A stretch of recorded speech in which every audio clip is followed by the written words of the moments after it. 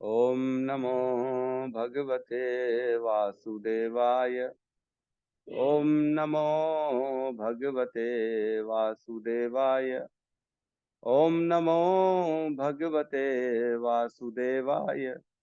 नारायण नमस्कृत्य नरं चैव नरोत्तमं देवीं सरस्वतीं व्यासं ततो जयमुदीरये। नष्टप्रायेषु अभद्रेषु नित्यं भागवत सेवया भगवती उत्तम श्लोके भक्तिर्भवती नैष्टिकी। कृष्णाय वासुदेवाय देवकी नंदनाय च नंद गोप कुमाराय गोविंदाय नमो नमः। जय श्री कृष्ण चैतन्य प्रभु नित्यानंद श्री अद्वैत गदाधर श्रीवासादि गौर भक्त वृंद। हरे कृष्णा कृष्णा कृष्णा हरे हरे, हरे राम राम राम हरे हरे। हरे कृष्णा कृष्णा कृष्णा हरे हरे, हरे राम राम राम हरे हरे। हरे कृष्णा कृष्णा कृष्णा हरे हरे, हरे राम राम राम हरे हरे। हरे कृष्णा। तो सबका स्वागत है श्रीमद् भागवतम के साथ। तो कल हमने 20 और 21 पढ़ा, श्लोक नंबर 1.2.20 और 21, पहला स्कंद दूसरा अध्याय और 20वां श्लोक और 21वां श्लोक। ये पूरा का पूरा चैप्टर जो है ना दूसरा, ये पूरा फिलॉसफी के ऊपर है ना। हमको फिलॉसफी जो है पूरी की पूरी भगवान की फिलॉसफी, भक्ति में उन्नति, भक्ति के प्रोसेस सारा क्या है, बहुत इसमें सारा कुछ समझाया गया है। तो हमको इस चैप्टर को बड़ा ध्यान से अच्छे से समझना है। इसमें बिल्कुल भी जो है गैप नहीं करेंगे, नहीं तो मुश्किल हो जाएगा समझने में। तो कल हमने 20 नंबर में श्लोक में पढ़ा कि भाव और प्रेम की स्थिति क्या होती है ना। भाव और प्रेम जो चरम सीमा है भक्ति के प्रोसेस की, जो लास्ट स्टेज होती है प्रेम प्राप्ति की, उसके बारे में चर्चा करी। इस प्रकार शुद्ध सत्व में स्थित होकर जिस मनुष्य का मन श्री भगवान की भक्ति के संसर्ग से प्रसन्न हो चुका होता है, उसे समस्त भौतिक संगति से मुक्त होने पर श्री भगवान का वास्तविक वैज्ञानिक ज्ञान, विज्ञान तत्व प्राप्त होता है। तो उसको भगवान का तत्व का ज्ञान हो जाता है कि भगवान कौन है, ब्रह्मांड नायक हैं, भगवान के नाम गुण रूप लीला ऐश्वर्य और माधुर्य रूप, इन सब का जो अनुभव होना चालू हो जाता है उसको। उस व्यक्ति जिसने प्रेम की स्थिति में पहुंच गया वो नीचे नहीं गिर सकता। भाव के स्तर पे तो एक बार गिर सकता है, लेकिन लास्ट जो चरम सीमा है वहां पहुंच गया, अब नीचे नहीं गिर सकता वो। और भगवान को अनुभव करने लगता है अंदर और बाहर दोनों, अपने अंदर और बाहर हर जगह भगवान का जो है प्रेजेंस को देखता है, अनुभव करता है, अपने अंदर भगवान को देखता है, हर जीव में भगवान का अनुभव करता है ना। इस प्रकार जो है प्रेम के स्तर में पहुंच जाता है। उसके बाद 21 नंबर के श्लोक में हमने पढ़ा, इस प्रकार मतलब किस प्रकार, जब शुद्ध सत्व भगवान की शुद्ध भक्ति प्रेमा भक्ति प्राप्त हो जाती है, तब हृदय की गांठ भिद जाती है और समस्त संशय छिन्न भिन्न हो जाते हैं। जब मनुष्य आत्मा को स्वामी के रूप में देखता है तो सकाम कर्मों की श्रृंखला समाप्त हो जाती है। तो ये है स्वयं के रूप को जो है जानना, स्वरूप सिद्धि की अवस्था कहते हैं इसको। स्वरूप सिद्धि, अपने स्वरूप को समझ जाता है कि मैं शरीर नहीं, मैं आत्मा हूं, और आत्मा जो है वो भगवान का अंश है।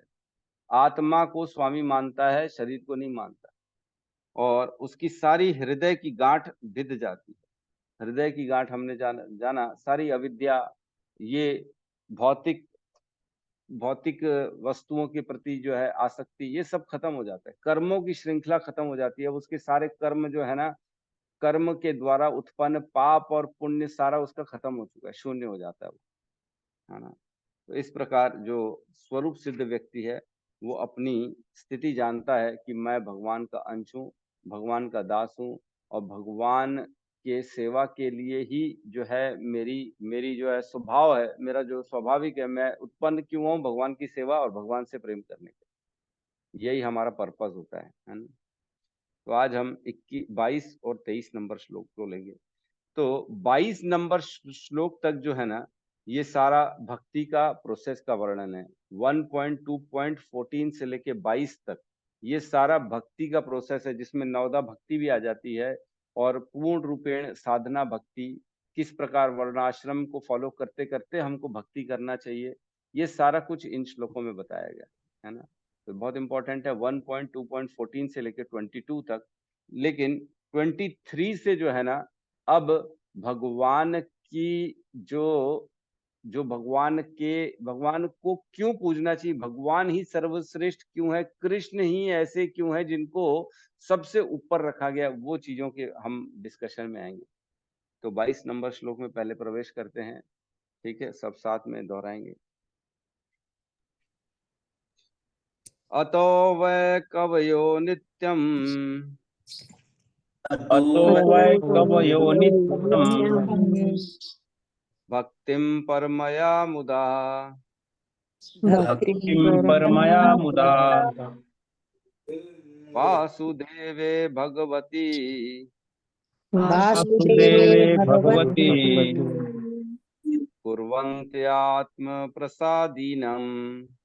प्रसादनीम् कुर्वन्ति आत्मप्रसादनीम्। अतो वै कवनो नित्यम् अतो वै कवयो नित्यम् भक्तिं परमया मुदा भक्तिं परमया मुदा वासुदेवे भगवती वासुदेवे भगवती कुर्वन्त्यात्मं प्रसादनीम् कुर्वन्ति आत्मप्रसादनीम्। अतो वे कवयो अतो वै कवयो नित्यम् नित्यं भक्ति परमया मुदा नित्यं भक्तिं परमया मुदा वासुदेवे भगवती वासुदेवे भगवती कुर्वन्ति आत्मप्रसादनीम् कुर्वन्ति आत्मप्रसादनीम्। हरे कृष्णा, सभी को दंडवत प्रणाम।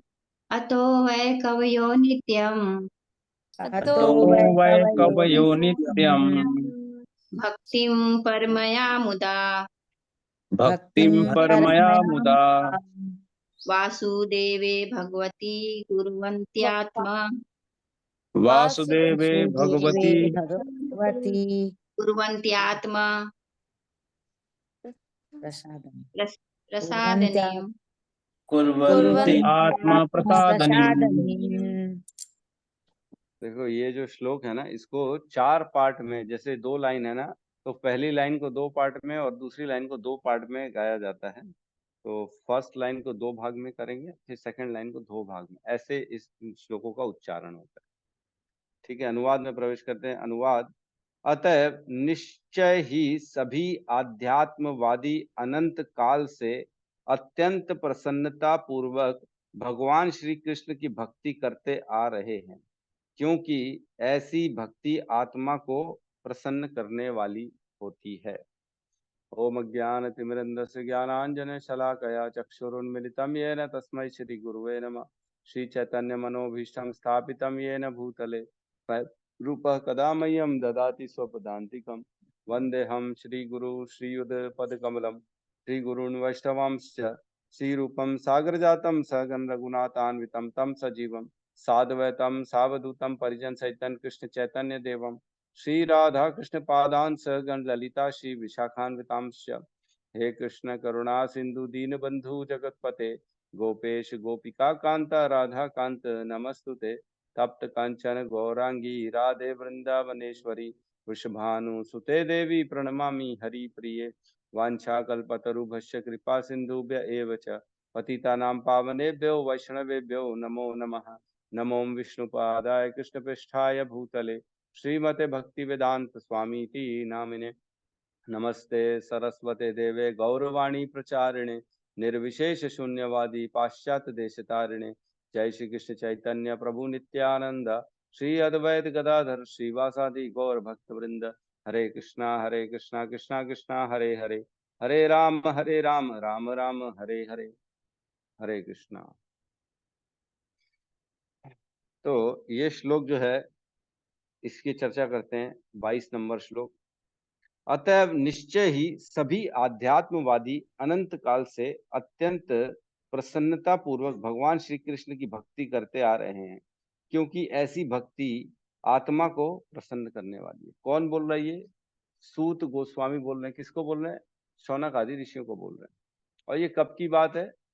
ये वही लगभग उसी समय की बात है जब परीक्षित महाराज चले गए थे, उसके बाद की बात है। जब सुखदेव गोस्वामी ने ये पूरा सब प्रसंग सुनाया श्रीमद् भागवतम का, तब उसके बाद कुछ काल बाद जो है, हो सकता है 100-200 साल बाद ये घटना घटी हुई हो, जब सूत गोस्वामी नैमिषारण्य में शौनक आदि ऋषियों को सारा ये सुना रहे हैं श्रीमद् भागवतम। उस समय बोल रहे हैं कि अनादि काल से श्री कृष्ण की भक्ति करते आ रहे हैं। कौन? आध्यात्मवादी अनंत काल से। तो ऐसा नहीं है कि श्री कृष्ण जब 5000 साल पहले आए तब से उनकी भक्ति चालू हुई है। अनादि काल से, अनंत काल से भगवान की भक्ति हो रही है ना। तो भगवान श्री कृष्ण जो है वो अभी नहीं आए, अभी तो आए हैं इस धराधाम पे, लेकिन उनकी भक्ति बहुत समय से चल रही है। उनका नाम ऐसा नहीं है कि अभी आया है, ये दिव्य नाम है, ये बहुत समय से। और सारे जो है ऋषि महर्षि जो ज्ञान है जिनको अंदर, वो सब भगवान का नाम लेके भक्ति करते आ रहे हैं, है ना। क्योंकि ऐसी भक्ति आत्मा को प्रसन्न करने वाली होती है। तो अतः अतो वह कवयो नित्यम, अतः मतलब अतएव, मतलब किस लिए? पिछले श्लोकों में जो चर्चा हो रही कि जब हृदय की ग्रंथि भिद जाती है और जब सारे कर्मों की श्रृंखला खत्म हो जाती है, जब वह प्रेम के स्तर पे पहुंच जाता है, तब की बात है। तब वो निश्चय ही, तब निश्चित ही कवयः सभी आत्मवादी जो जो मतलब जो उच्च स्तर तक पहुंच चुके हैं, उनकी बात चल रही है।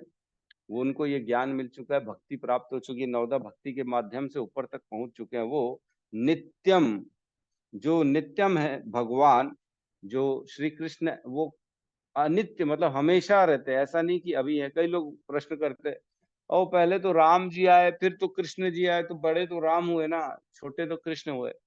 तो ये सब जो है ना, हमारी दृष्टि, हमारी बुद्धि इन सब चीजों में काम नहीं कर पाएगी। एक्चुअल में ये चक्र चल रहा है ना, पहले सतयुग, फिर त्रेता, फिर द्वापर, फिर कलयुग, फिर सतयुग। तो कलयुग बड़ा हुआ कि सतयुग बड़ा हुआ? हाँ, पहले तो कलयुग आया ना, क्योंकि कलयुग के बाद फिर सतयुग आया। तो ये चक्र चल रहा है। हम इसमें जो है ना, ये नहीं बता सकते कि पहले कौन बाद में कौन। शास्त्र बताते हैं पहले कौन बाद में कौन, ऊपर कौन नीचे कौन।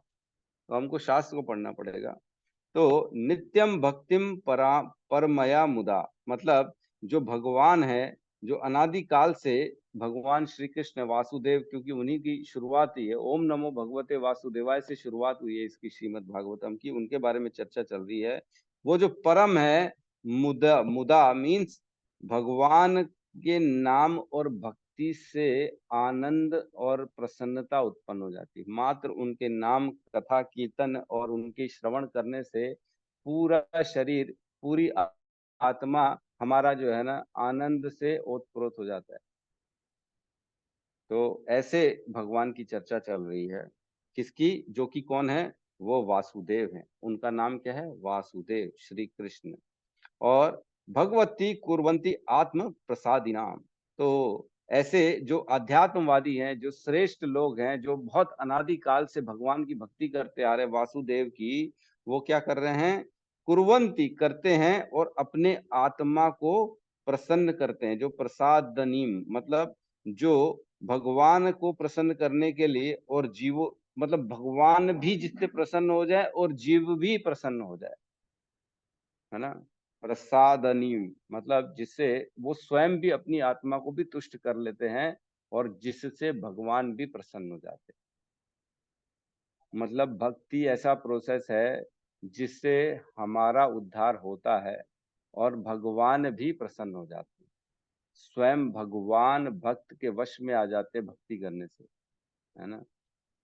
ये सबसे उत्तम और बेस्ट रास्ता है भक्ति, सबसे इजी है ना। प्रश्न पूछा गया था ना सूत गोस्वामी से, सामान्य जनता के लिए सबसे जो है ना इजीली क्या करने या क्या करें जो सबसे श्रेष्ठ है, ये पूछा था प्रश्न।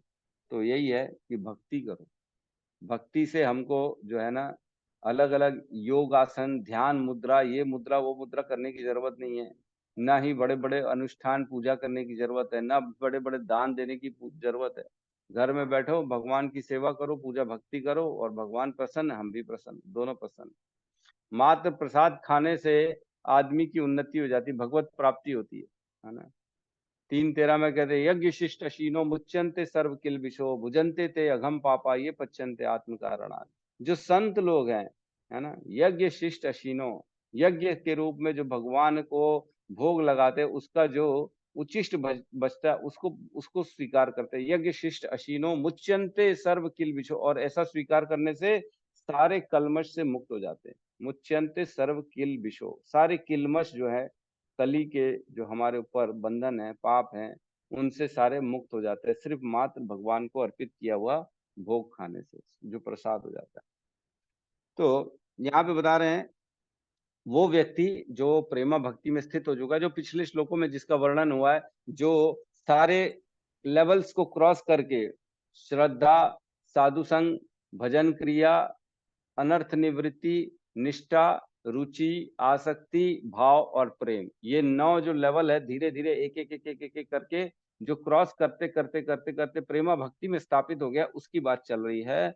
वो अपने आत्मा में ही आनंद प्राप्त कर लेता है, आत्मानंद का रूप उसको मिल जाता है। अब वो किसी भी चीज पे डिपेंडेंट नहीं है सुख दुख के लिए, उसको कोई भी चीज उसकी अवस्था से डिस्टर्ब नहीं कर सकती है। क्यों? क्योंकि वो आत्मा को, भगवान को, स्वयं को, सबको जान चुका है, और उसी में ही वो आनंद की प्राप्ति करता है ना। तो नाम की जो लड़ी है, कई लोग हम देखते हैं कि कई लोगों को नाम की लगन लग जाती है, दिन रात भगवान का नाम लेते हैं।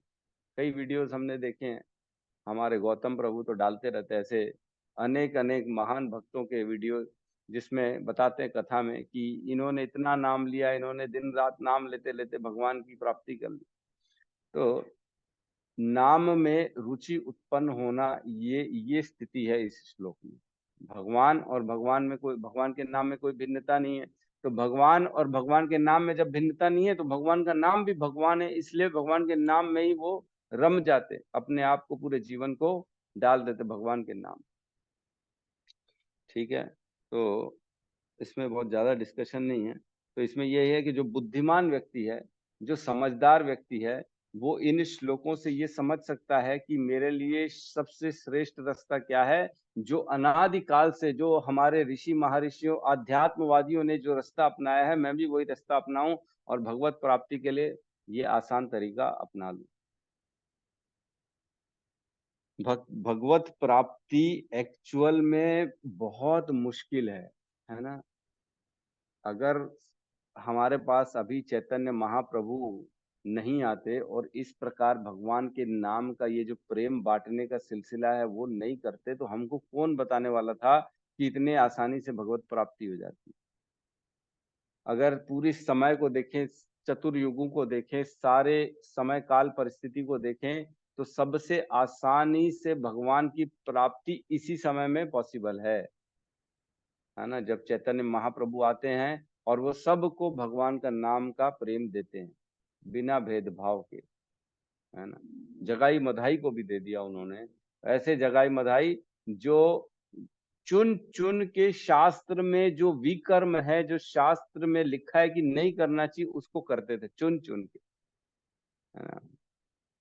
ठीक है, तो बेसिकली कृष्ण की भक्ति ऐसा नहीं है कि अनादिकाल से चल रही है। तो यहाँ पे उच्च आध्यात्मवादियों के लिए लिखा है। तो तात्पर्य में एक दो लाइन पढ़ते हैं, कुछ कुछ इंपॉर्टेंट लाइन पढ़ते हैं, फिर आगे बढ़ेंगे हम। यहाँ पर विशिष्ट रूप से भगवान श्री कृष्ण की भक्ति की विशेषता का वर्णन हुआ है। भगवान श्री कृष्ण स्वयं रूप भगवान है, और श्री बलदेव, संकर्षण, वासुदेव, अनिरुद्ध, प्रद्युम्न तथा श्री नारायण जैसे अन्य अवतारों से लेकर पुरुष अवतार, गुणावतार, लीला अवतार, युगावतार तथा श्री भगवान के अन्य हजारों स्वरूप भगवान श्री कृष्ण के स्व अंश एवं विस्तार हैं।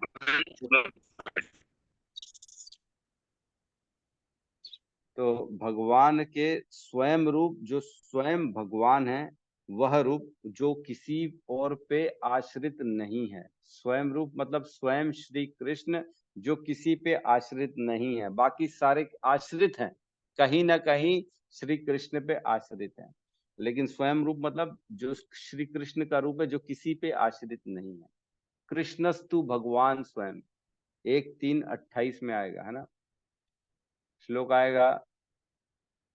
एते च अंश कलह पुंस, एते च अंश कलह पुंसा, क्या है आगे, इंद्रियारी व्याकुलम लोके मृडंती युगे युगे, यही वाला ना, 1:3:28।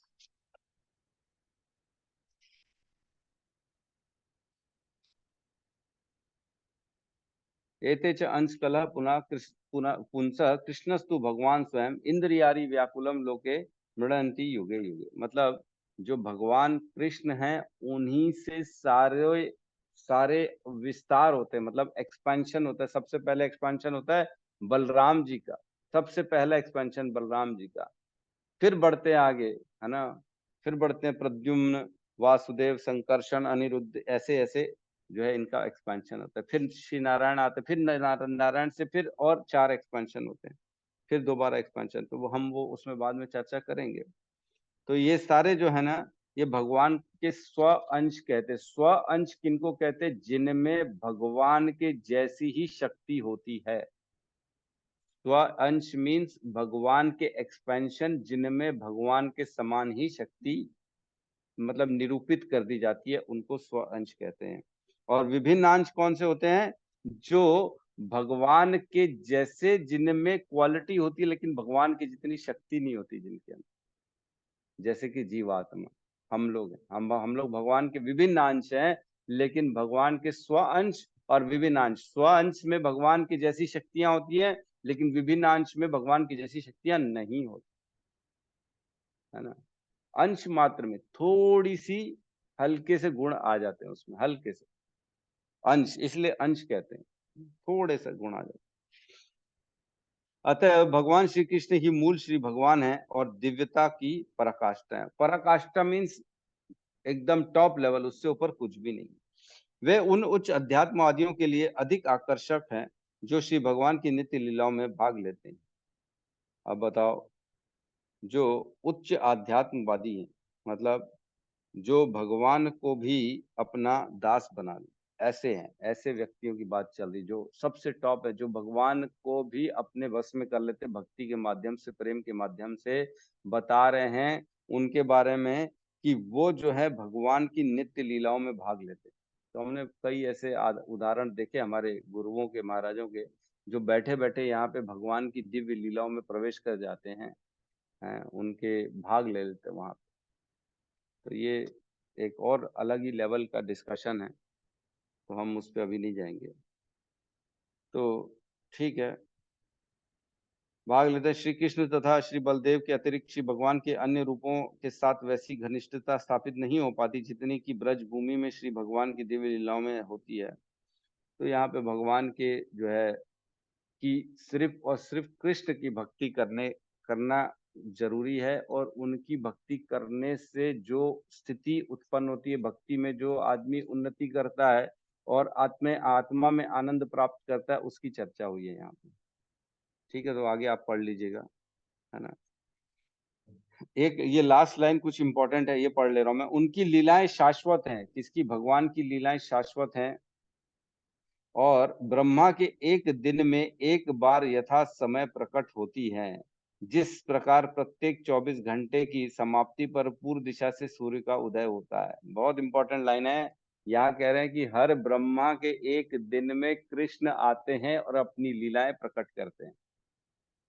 जिस प्रकार दिन में एक ही बार सूर्य उदय होता है, उसी प्रकार दिन में एक ही बार ब्रह्मा जी के कृष्ण आते हैं और अपनी लीलाएं प्रकट करते हैं, है ना। तो ये बहुत इंपॉर्टेंट है। और अभी कुछ समय पहले ही, 5000 साल पहले ही कृष्ण जी आए थे और उन्होंने लीलाएं प्रकट की। अब ऐसी लीलाएं ब्रह्मा जी के अगले दिन में देखने को मिलेंगी, और जो कि एक कल्प और एक प्रलय के बाद होगी, है ना। तो हम जानते हैं एक कल्प और एक प्रलय का अवधि कितनी होती है? 1000 चतुर्युगी मतलब ब्रह्मा जी का एक कल्प मतलब एक दिन, और इतनी ही एक रात्रि होती है। इसके बाद जो है दूसरा कल्प स्टार्ट होता है। तो मतलब एक कल्प, इस कल्प में जब ये भगवान ने लीलाएं कर ली, अब अगले कल्प में लीलाएं करेंगे, अब इस कल्प में नहीं होंगी। लेकिन भगवान की लीलाएं शाश्वत हैं, तो इसका मतलब ये नहीं है कि अभी और कहीं लीला नहीं हो रही है। भगवान हर समय हर पल कहीं न कहीं किसी न किसी ब्रह्मांड में अपनी लीलाएं करते जा रहे हैं। आज भी ऐसा कोई ब्रह्मांड होगा जहाँ पे भगवान होंगे, अपने मित्रों के साथ माखन चोरी लीला कर रहे होंगे। वहीं पे आज आज भी फिर एक और कोई ब्रह्मांड होगा जहाँ पे पूतना वध चल रहा होगा। आज एक और कोई ब्रह्मांड होगा जहाँ पे भगवान की और कोई लीला, कंस का वध चल रहा होगा। तो इस प्रकार भगवान की लीलाएं शाश्वत और हर पल कहीं न कहीं कुछ न कुछ चलता रहता है। ठीक है? तो इस प्रकार जो है भगवान की भक्ति की पराकाष्ठा है ये, कि आत्मानंद में प्रेम की प्राप्ति, अपने अंदर ही भगवान की प्रेम की प्राप्ति प्राप्त करते हैं। कौन? जो उच्च अध्यात्मवादी हैं। इसके बाद वाले श्लोक में प्रवेश करते 23 नंबर श्लोक में। बहुत इंपॉर्टेंट श्लोक है ये। अब जो है ना, अब हम जो है यहाँ से इस पे जा रहे हैं कि कृष्ण ही सर्वश्रेष्ठ क्यों है। हम भगवान कृष्ण की पूजा करें, ऐसा क्यों करें कि सिर्फ भगवान की पूजा करें? भगवान में ऐसा क्या है जो उन्हीं को जो है पूजने से हमारे को आत्मा में आनंद प्राप्त होता है, बाकियों में नहीं होता। अब इन चीजों पे चर्चा चली जाएगी कि why Krishna is supreme personality, इस पे जाएगी। अब लोग सवाल करेंगे, ठीक है आपने बता दिया, लेकिन भाई ठीक है, भगवान से तो ठीक है सब प्राप्त हो, लेकिन ब्रह्मा शिव और विष्णु इनको क्यों नहीं? भाई सवाल उठेगा ना, क्यों नहीं भाई? आपने ठीक है हम मान रहे हैं, बट ये भी तो एक्सप्लेन कर दो कि क्यों नहीं उनको। तो अब जाएंगे इस पे हम। तो ये बहुत इंपॉर्टेंट है हम लोगों को, जो प्रचारक बन रहे हैं, जो इस्कॉन के सीनियर डिवोटीज हैं, उनको कम से कम इसका नॉलेज होना चाहिए। क्योंकि आए दिन यही सवाल उठेगा कि शिव जी में क्या प्रॉब्लम है, ब्रह्मा जी में क्या प्रॉब्लम है। तो आप लोग उसका आंसर इस श्लोक के माध्यम से दे सकते हैं। ठीक है, साथ में श्लोक दोहराएंगे। सत्वं रजस्तम इति प्रकृतेर्गुणास्ते सत्त्वं रजस्तम इति प्रकृतिर्गुणास्ते युक्तः परपुरुष एक इहस्य धात्ते युक्तः परः इहास्य स्थित्याद्यये विरञ्च हरेति संज्ञा हरि इति संज्ञा श्रेयांसि तत्र खलु सत्त्वतनोर्निर्णाय स्युः तत्र खलु सत्त्वतनोर्निर्णास्वयं सत्त्वं रजस्तम इति प्रकृते गुणास्ते सत्त्वं रजस्तम इति प्रकृतिर्गुणास्ते युक्तः परः पुरुष क इहास्य धत्ते युक्तः परः पुरुष इहास्य धते स्थिति आदये हरि विरंचि हरेति संज्ञा स्थित्यादये विरञ्चि हरेति संज्ञा श्रेयांसि तत्र खलु सत्त्वतनो नृणां स्वयो श्रेयांसि तत्र खलु सत्त्वतनो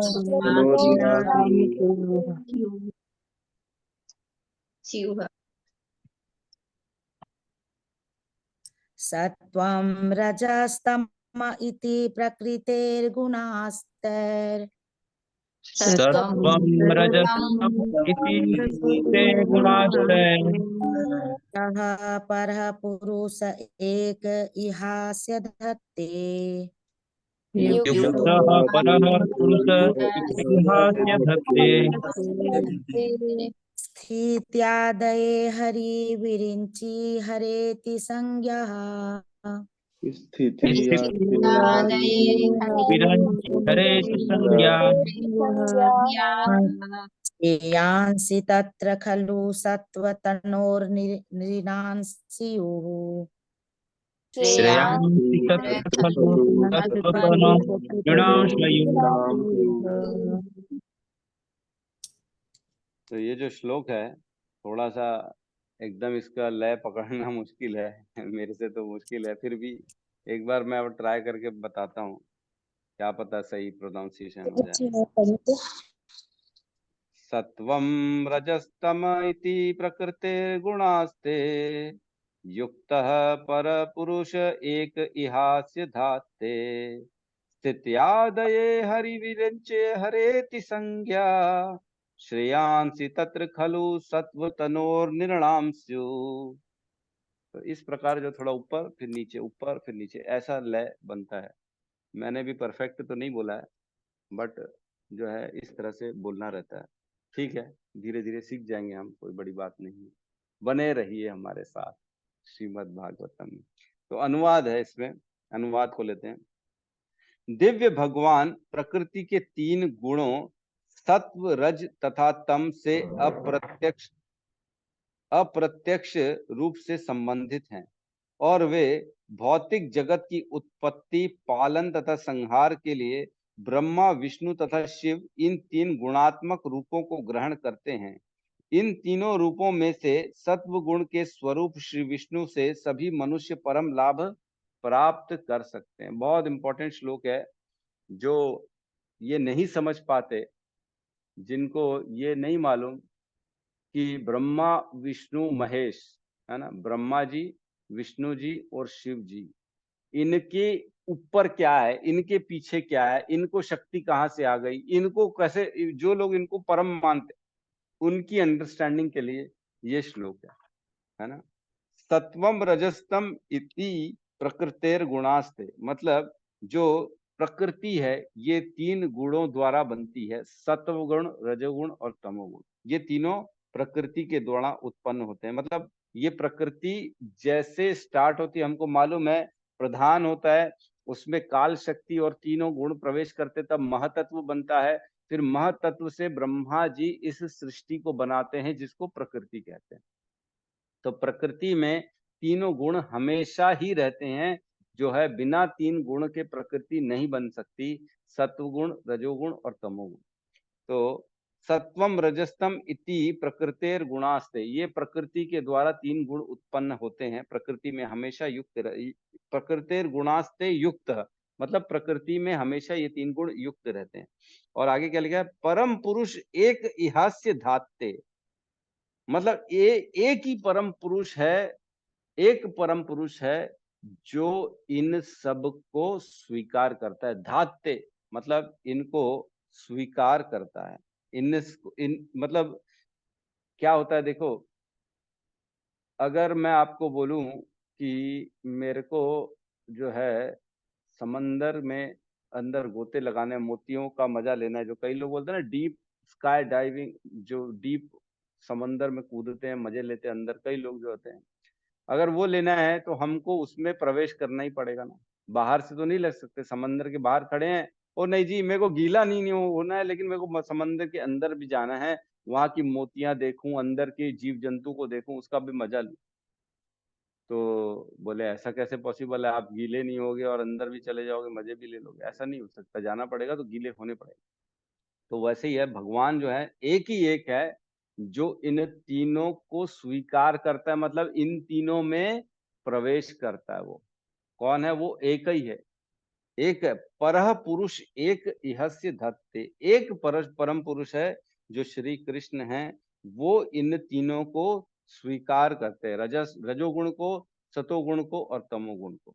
ठीक है, आगे कहते हैं स्थिति आदि, स्थिति आदि मतलब जिसकी स्थिति, उत्पत्ति, प्रलय, ये 3 होते हैं ना, मतलब क्रिएशन, मेंटेनेंस एंड एनिलिएशन, है ना। गॉड बोलते हैं ना जनरेटर, ऑपरेटर, डिस्ट्रॉयर।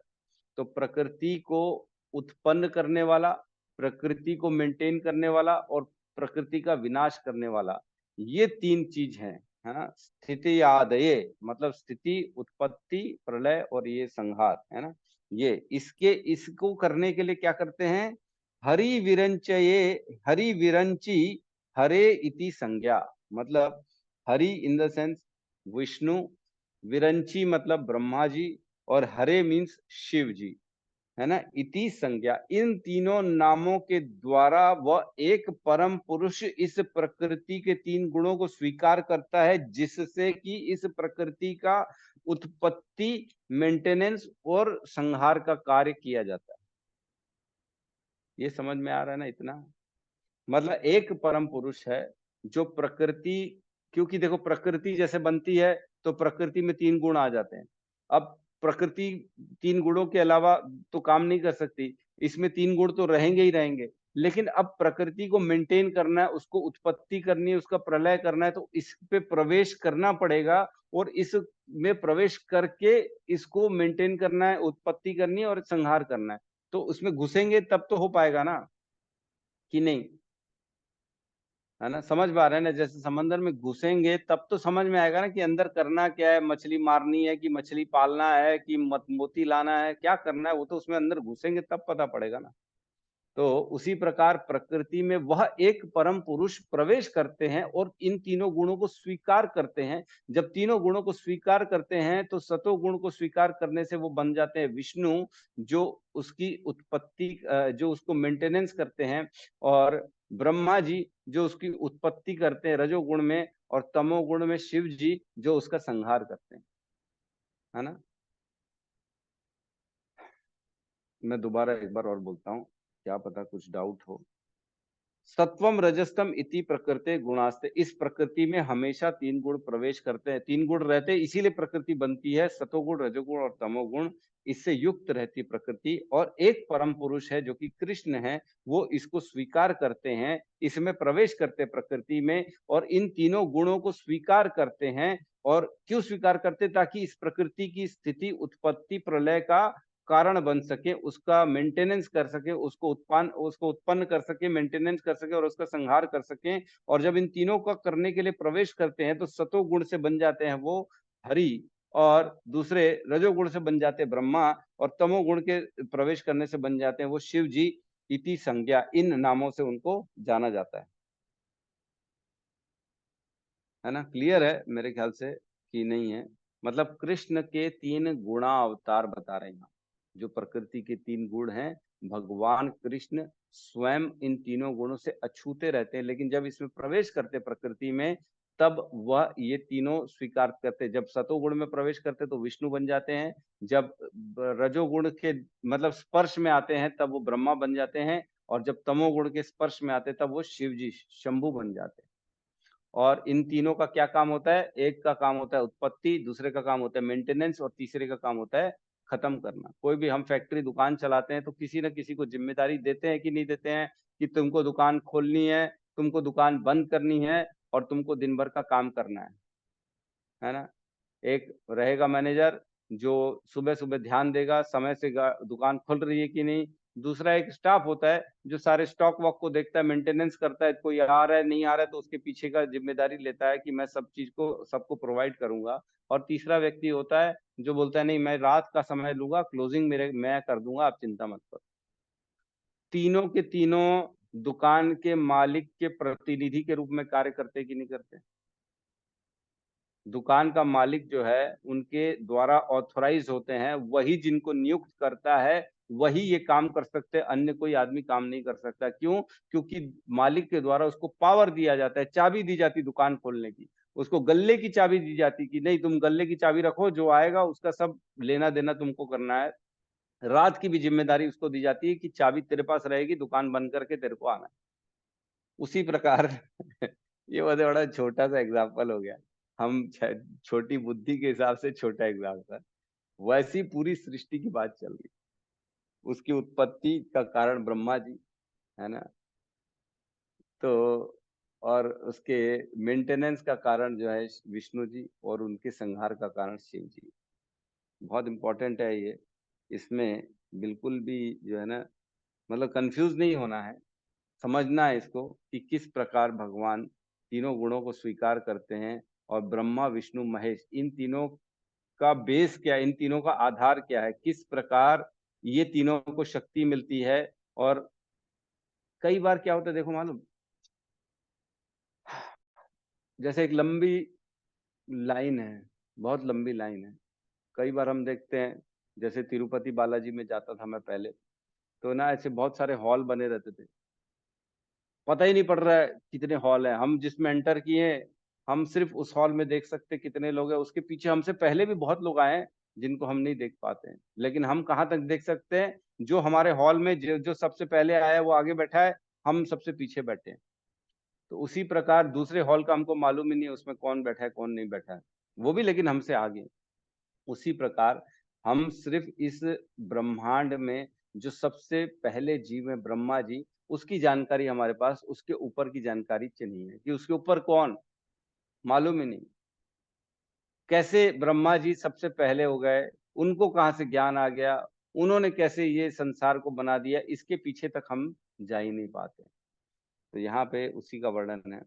और लास्ट लाइन में कहते हैं, श्रेयांसी तत्र खलु सत्वतनो निर्णाम स्यु। मतलब श्रेयांसी और सबसे बेस्ट क्या है इनमें, श्रेयांसी जो सबसे बेस्ट है, जो सबका उद्धार करने वाला कार्य है इनमें से, तत्र खलु इनमें से, निस्संदेह सत्व तनोर निर्णामसु, जो सतो गुण को स्वीकार करते हैं विष्णु जी, सतो गुण को कृष्ण स्वीकार करके बनते हैं विष्णु जी, वो सारे मनुष्यों का उद्धार करने की शक्ति रखते हैं। इसलिए लोगों को जो है ना विष्णु के पीछे का कुछ मालूम ही नहीं है। लोग सब बोलते हैं विष्णु ही जी हैं, सब कुछ विष्णु है, विष्णु श्री हरि बस वही है, उससे ऊपर कुछ नहीं। तो ठीक है, जहां तक बच्चे को मालूम होता है वहीं तक। लेकिन बच्चे को जैसे 1 - 2 नहीं मालूम, 1 - 1 मालूम है, 0 आ जाएगा, 0 से नीचे बच्चे को नहीं मालूम है, इसलिए उसको बताया भी नहीं जाता। लेकिन जैसे जैसे उसका स्टैंडर्ड बढ़ता है तब उसको बताया जाता है, नहीं 1 - 5 भी होता है जिसका आंसर -4 हो जाता है। वैसे ही जहां तक लोगों की बुद्धि, जहां तक वो जो कैप्चर कर सकते हैं, जो ग्रहण कर सकते हैं, उतना ही बताया जाता है। विष्णु तक अगर वो ग्रहण कर सकते हैं तो विष्णु तक मालूम है उनको, उससे ऊपर मालूम नहीं है कि विष्णु शिव ब्रह्मा की उत्पत्ति का कारण कौन। जैसे जैसे भक्ति में आगे बढ़ेंगे तब पता पड़ेगा, अच्छा इन तीनों के भी पीछे कृष्ण है क्या, कृष्ण के कारण ये तीनों अपना अपना शक्ति प्राप्त करते हैं और अपने अपने स्थिति, प्रलय और संहार का कार्य करते हैं। बहुत इंपॉर्टेंट है। भगवान विष्णु सतोगुण स्वीकार करते हैं, लेकिन जो है ना, अब हम इसमें चर्चा करेंगे कि इन तीनों में भी जब तीनों स्वयं स्वयं बराबर भगवान के, एक ने सतोगुण स्वीकार किया, एक ने रजोगुण स्वीकार किया, एक ने तमोगुण स्वीकार किया, तो ऐसा, अब ऐसा नहीं सोचना कि ये भगवान 3 लोगों को मतलब उत्पन्न किया, ब्रह्मा विष्णु महेश, ऐसा नहीं है। जिस प्रकार हम देखते हैं कि ब्रह्म विमोहन लीला में स्वयं भगवान अपना विस्तार कर देते हैं, गाय के रूप में भी, ग्वाल बाल के रूप में भी, छड़ी के रूप में भी, हर चीज में वो स्वयं का विस्तार कर लेते हैं, भगवान करते हैं ना। तो जब ब्रह्मा जी भगवान के मित्रों को, भगवान के गोप बालों को अपने साथ ऊपर लेके चले गए थे, तब हम देखते भगवान अपना एक्सपेंशन कर देते हैं, गाय के रूप में भी, बच्चों के रूप में भी, मनुष्य के रूप में भी, छड़ी के रूप में भी, गेंद के रूप में भी, जो जो सब सामान लेके गए ब्रह्मा जी, सब में स्वयं एक्सपेंशन कर लिया। तो क्या स्वयं एक्सपेंशन कर लिया, लेकिन सब अपने अपने अलग स्वरूपों में हैं, लेकिन है भगवान, सब अपने अपने स्वरूपों में अलग है। ग्वाल बाल भी भगवान है, गाय भी भगवान है, भगवान भी भगवान है, स्वयं भगवान है, लेकिन सब अलग अलग हैं। वैसी भगवान ब्रह्मा विष्णु महेश तीनों में अपना विस्तार करते, तीनों लेकिन अलग अलग आइडेंटिटी बन जाती है। भगवान अलग रहते हैं और ये तीनों अलग अलग आइडेंटिटी बन जाती। जैसे ये तीनों को अपने अपने गुणों को स्वीकार करते हैं, तब वो भगवान की जो शक्ति होती थोड़ी थोड़ी आच्छादित हो जाती, क्योंकि सतोगुण से जब आच्छादित हो जाते तो विष्णु जी बनते हैं, रजोगुण से आच्छादित हो जाते तो ब्रह्मा जी, और तमोगुण से आच्छादित हो जाते तो शिव जी। तो सतोगुण हम जानते हैं कि भक्ति के लिए सबसे उत्तम कहा गया है, कहा गया है कि नहीं? भगवत गीता में हम जानते हैं कि हमेशा कोशिश करना चाहिए सतोगुण में रहें, रजोगुण में ना रहें, तमोगुण में ना रहें। तमोगुण क्या है, काहे का कारण है? वो तो अज्ञान का है, वो उसमें तो खाली प्रमाद है, आलस है, निद्रा है, उसमें कुछ ढंग से कार्य नहीं किया जा सकता। और रजोगुण में व्यक्ति खाली अपनी इंद्रिय तृप्ति के लिए लगा रहता है, बहुत काम करता है, मेहनती रहता है, लेकिन सतोगुण में ज्ञान होता है उसके पास। तो सतोगुण भक्ति के लिए अनुकूल है, रजोगुण और तमोगुण भक्ति के लिए अनुकूल नहीं है। सतोगुण में रहने से व्यक्ति को भगवत ज्ञान की प्राप्ति आसानी से हो जाती है, लेकिन रजोगुण और तमोगुण व्यक्ति को भगवत ज्ञान की प्राप्ति आसानी से नहीं होती है, उनको ऊपर उठना पड़ेगा सतोगुण के लिए। इसलिए इन तीनों गुणावतार में श्रेष्ठ बताया गया विष्णु को, है ना। समझ पा रहे हैं कि नहीं समझ पा रहे हैं? कोई प्रॉब्लम तो नहीं हो रही किसी को? आ रहे प्रभु जी समझ। समझ में आ रहा है? थोड़ा सा ये ना टेक्निकल है, बहुत टेक्निकल है ये श्लोक, कि विष्णु क्यों, शिव क्यों और वो क्यों।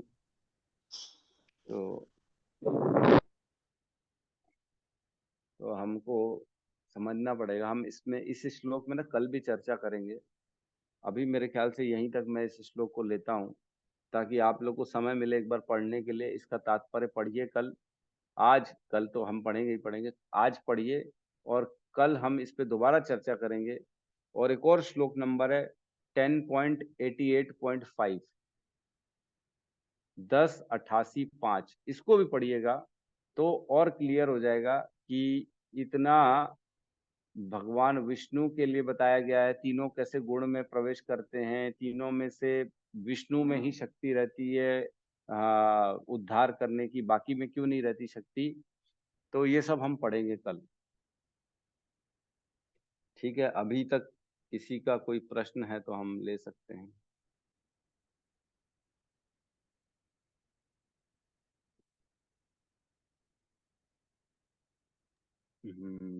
यस, बोलिए गौतम प्रभु। हरे कृष्ण प्रभु जी, धन्यवाद प्रणाम। प्रभु जी जैसे श्री नारद जी को भी तो पता नहीं थे कि जैसे ब्रह्मा जी के पीछे कौन है, मतलब कौन काम करते हैं।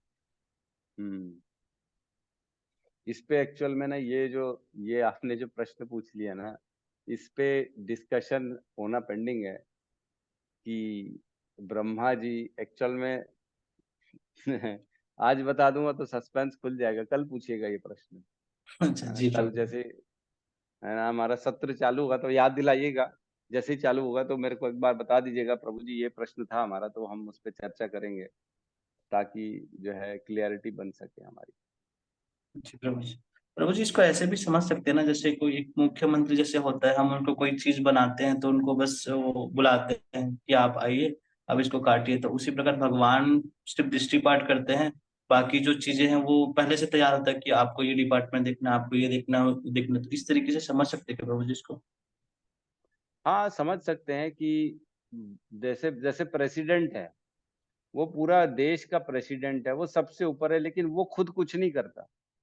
वो सबको शक्ति दे के रखा हुआ है, प्रधानमंत्री को, अन्य अन्य मंत्रियों को, तुम ये करो, तुम वो करो, तुम ये करो, तुम वो करो, और लेकिन वो अलग बैठा है और वो कुछ नहीं करता है, लेकिन है वो सबसे ऊपर। वैसे ही है भगवान भी, भगवान ने सबको अपनी शक्तियां दे दी हैं और वो अपने अपने स्थिति, उत्पत्ति, संहार का काम करते हैं, और भगवान स्वयं अपने जो है अलग रहते हैं। क्या लिखा है माता जी ने? प्रश्न है, प्रभु जी ब्रह्मा जी भगवान का ही रजोगुणी रूप हैं, फिर भी विमोहित क्यों हो जाते हैं? देखो ये बहुत अच्छा प्रश्न है कि विमोहित क्यों हो जाते हैं। तो माता जी ऐसा है, ब्रह्मा जी रजोगुण भगवान के रूप है, रजोगुण को स्वीकार करते हैं, और वो जो है ना रजोगुण को स्वीकार करते हैं, इसलिए रजोगुण की थोड़ी सी उनके अंदर जो है ना थोड़ा सा आ जाता है, हल्की सी अंश अंश आ जाते हैं, तो इसलिए विमोहित हो जाते हैं। और ब्रह्मा जी जो है ना वो इन पंच तत्व से ही बने हुए हैं, वो पहले जीव हैं इस सृष्टि के, पहले जीव हैं जो कि भौतिक तत्वों से बने हैं, महतत्व से बने हैं, जो कि प्रधान के बाद महतत्व बनता है। हम जैसे जानते हैं 5 तत्व, भूमि, गगन, वायु, आकाश और जल, है ना। इन 5 तत्व से सारा शरीर बना है, और इसके बाद 3 तत्व बनते हैं, मन, बुद्धि, अहंकार, इनसे सब पूरे सारे जीव बने हुए हैं, है ना। भूमि, रापो, अनल, वायु, खम, मनो, बुद्धि रेव च अहंकार इति में भिन्ना प्रकृते अष्टधा। ये भगवान की अपरा प्रकृति होती है, इसी से सारे जीव बनते हैं। ब्रह्मा जी पहले जीव है, इसलिए ब्रह्मा जी भी इसी से बने हैं, लेकिन ब्रह्मा जी का जो शरीर है वो पूर्ण बुद्धि से बना है। जो हम 8 तत्वों की चर्चा करें ना, मन, बुद्धि, अहंकार और 5 तत्व, इनमें से ब्रह्मा जी के शरीर में पूर्ण बुद्धि है, बहुत ज्यादा बुद्धि की मात्रा है, इसीलिए वो पहले जीव है और उनमें इतनी शक्ति है कि उस पूरी सृष्टि को चला सकते हैं, है ना। हमारे में बहुत आंशिक मात्रा है बुद्धि का, मन का है, अहंकार का है, सबका है। तो जब इन तत्वों से बनते हैं, और ये तत्व तब बनते हैं जब महातत्व में 3 गुण प्रधान में 3 गुण प्रवेश करते हैं, तब महातत्व बनता है। महातत्व से ब्रह्मा जी बनते हैं। इसलिए ब्रह्मा जी भी गुणों से अछूते नहीं हैं, उनको भी गुण थोड़ा थोड़ा आंशिक मात्रा में छू पाते हैं, इसलिए वो विमोहित हो जाते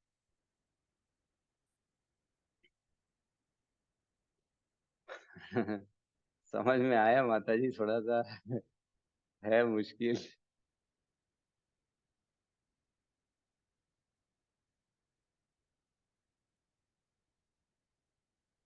यस गौतम प्रभु, कहिए।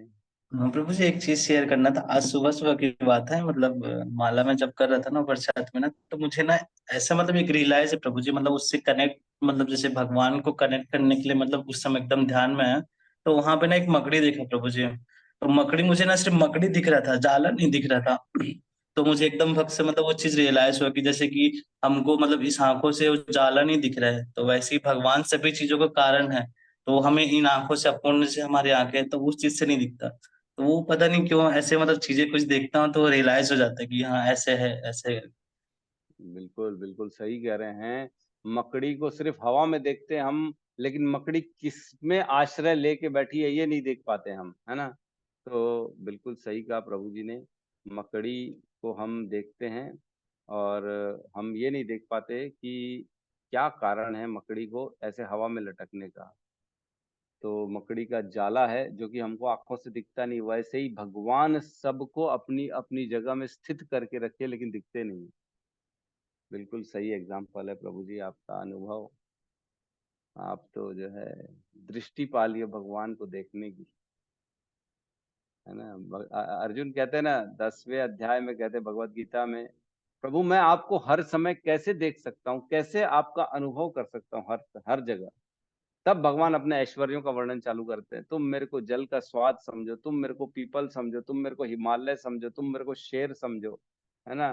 तुम मेरे को सर्पों में वासुकी समझो, शेषनाग समझो, राम समझो तुम मेरे को, है ना, वज्र समझो तुम मेरे को, कार्तिकेय समझो।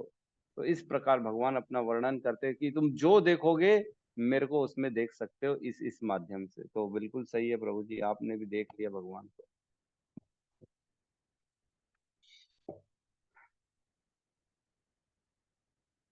प्रभु जी निर्माल्य प्याज है, क्या लिखा है? पढ़ो तो गौतम प्रभु, क्या लिखा है माता जी, मेरे को समझ नहीं आई। प्रभु जी निर्माल्य, प्रभु जी, निर्माल प्याज और लहसुन में, लहसुन लहसुन में डाल के खा सकते हैं क्या, और किसको दे सकते हैं क्या, असल में प्याज और लहसुन के बारे में है शायद, ऐसा लग रहा है प्रभु जी मुझे कि अच्छा अच्छा अच्छा, मतलब जो जगन्नाथ जी का निर्माल्य प्रसाद है, क्या वो प्याज लहसुन में डाल के खा सकते हैं क्या, या किसी को दे सकते हैं क्या, ऐसा पूछ रही माता जी मेरे ख्याल से। हाँ आप डाल सकते हो, कोई दिक्कत नहीं। जो अब वो जिसको प्याज वाला ही खाना खाना है, जिसको वही खाना है, उसको लगता है कि नहीं इसके अलावा तो मैं खाना नहीं खाऊंगा। जैसे घर के कई लोग होते हैं, वो मानते नहीं है, अरे तुम नहीं खाती हो प्याज तो हम भी नहीं खाएंगे क्या, हमको तो दो। सपोज करो ऐसी परिस्थिति है, तो आप उसमें डाल के दे सकते हो, कोई प्रॉब्लम नहीं। ठीक है। तो विनती है आज सबसे कि प्लीज आप लोग जो है अपने अपना तात्पर्य जरूर पढ़िएगा। अपना अपना मतलब प्रभुपाद का तात्पर्य पढ़िएगा। अपना अपना अपनी अपनी बुक में पढ़िएगा। और बुक नहीं है तो हमारे जो है किशोर प्रभु, उसका अभी ग्रुप में शेयर कर लेंगे पीडीएफ। यस हर्षल जी, हर्षल प्रभु माता है। हरे कृष्ण प्रभु जी। हरे कृष्णा प्रभु जी। प्रभु जी, इस भगवतम का कोई व्हाट्सएप ग्रुप या टेलीग्राम ग्रुप बना होगा तो मैं ज्वाइन होना चाहता हूँ उसमें। हाँ बिल्कुल, आप अपना नंबर अभी डालिए तो इसमें चैट बॉक्स में। प्रभु आपका नंबर क्या है? कहाँ है? चैट बॉक्स में मैं नंबर मेंशन कर देता हूँ प्रभु जी। अभी कर दीजिए। तो हमारे गौतम प्रभु, आप इनको ऐड कर दीजिए जरा, नंबर लेके इनका। थैंक यू प्रभु जी। हरे कृष्णा। हरे कृष्णा। और भी अगर कोई हमारे ग्रुप में ऐड नहीं है तो अपना नंबर डाल सकता है चैट बॉक्स में, तो हम उनको ऐड कर देंगे अपने ग्रुप में। क्या है, ग्रुप में ऐड करने से आपको सारी चीजें मिलती रहती, रिकॉर्डिंग मिलेगी और पीडीएफ मिलेगा, जो श्लोकों की चर्चा हुई उसके सारे टेक्स्ट मैसेज आ जाएंगे। इसके अलावा भी और भी जो हमारे मंदिर की प्रोग्रेस है और जो हमारे बेस में जो हो रहा है, सारी चीजों का अपडेट आपको मिलता जाएगा। गौतम प्रभु नोट कर लीजिएगा तो आप। जी प्रभु जी। हाँ ठीक है। बेसिकली मैं ये जानना चाह रहा हूँ, आज के श्लोक में किसी को और कोई मतलब कोई दुविधा, कोई प्रश्न? बोले प्रभु जी समझ में ही नहीं आया तो प्रश्न क्या करेंगे? ऐसा तो हिसाब किताब नहीं है ना।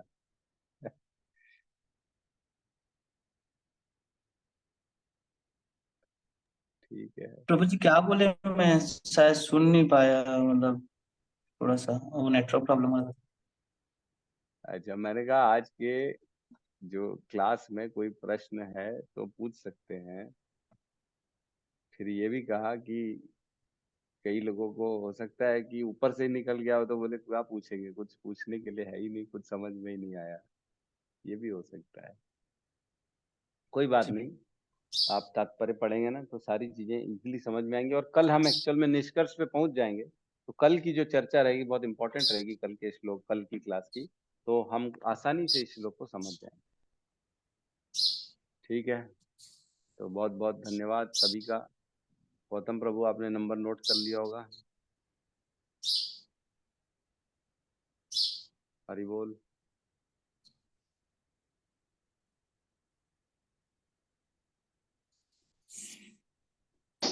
गौतम प्रभु,